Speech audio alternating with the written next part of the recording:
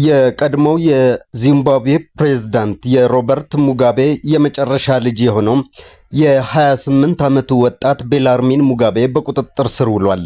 በቁጥጥር ስር የዋለው በሚኖርበት ደቡብ አፍሪካ የቅንጡ መንደር ውስጥ ነው።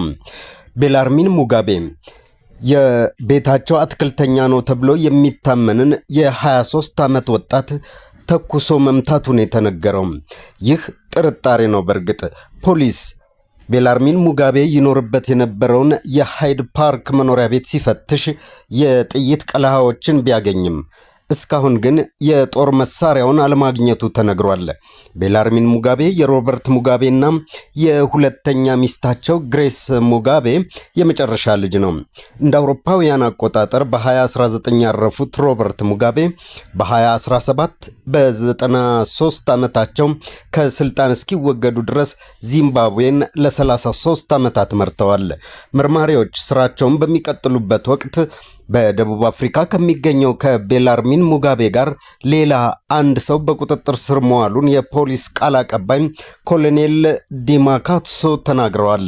የፖሊስ መግለጫው እንደሚያመለክተው ሁለቱ ተጠርጣሪዎች በቅርቡ ፍርድ ቤት ይቀርባሉ ተብሎ ይጠበቃል።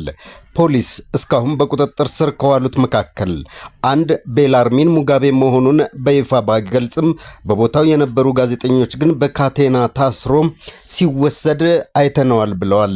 እንዲሁም በአካባቢው መገናኛ ብዙሃን ስሙ በስፋት ተጠቅሷል። ተጎጂው አንዴ ከተተኮሰበት በኋላ ሆስፒታል ገብቶ በአስጊ ሁኔታ ላይ እንደሚገኝ ቃል አቀባዩ ተናግረዋል። በመኖሪያ ቤቱ ደጃፍ ላይ በሰጡት መግለጫም ሁለቱ ተጠርጣሪዎች ሽጉጡ የት እንዳለ አልነገሩንም።